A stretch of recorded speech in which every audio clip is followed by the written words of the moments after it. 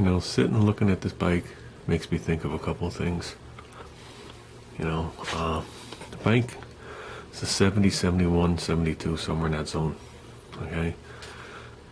That means in 70, 1, 2, 70, 1 or 2, there was a very happy kid that got this bike. That's the way I figure it.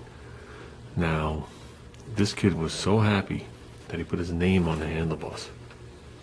I'm not going to show you what it is. And then it was covered up with a couple of layers of paint. Okay, I just wanted to see if I could look at this decal. Because on my cat, I was lucky enough to get the paint off and be able to read the decal and help identify the bike. So I did that, and I felt some bumps here.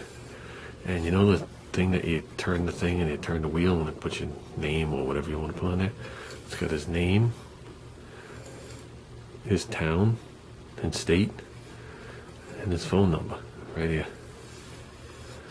So that means there was a kid, and that's on the red paint. That means there was a kid out there that loved this bike enough to put his name on it and actually thought if somebody stole it, they would give it back. So that just shows the type of kid that got this bike. I don't take him as being some derelict that was beating up other kids. He was probably very grateful that he got it. Unlike today, when kids get 90 things at a time, he was probably very grateful. I mean, my parents would have never bought me a mini bike. Mini bikes, go-karts, and motorcycles were forbidden in my house. That didn't keep us from getting them.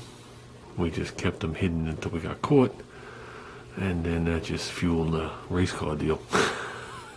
And yes, I even had a motorcycle. But I'm figuring this guy's parents bought him this, was aunt and uncle, somebody, grandparents bought him this thing, and he probably loved it. Now, do you think this guy sat there in 1970/72 and said, "Dad, someday there's going to be a fat, balding, middle-aged man spending nights and nights and nights in his garage fabricating this thing to make it have 2 engines and all this stuff done to it," while they were watching The Odd Couple and the father was drinking Ovaltine? I don't think so. I think he would have been sent to his room.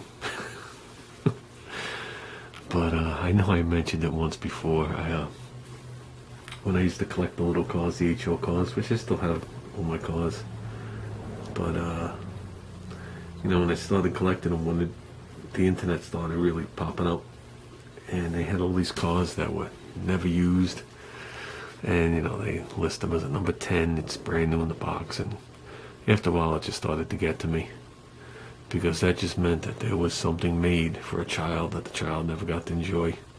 For whatever reason, either it never got sold in the store, and it just laid there, and at that point, you could have just gave it to a child, or like I have in my in-laws' side, the presents were given out, and then when you ate dinner, they were put up in the attic. And then the kid came back, / my brother-in-law, half the presents were gone. They didn't notice because he was little. And now all those things are surfacing, or they surfaced, and he wanted nothing to do with the presents. You know, like I said, he gave half to my son and half to his other nephews and niece. So, but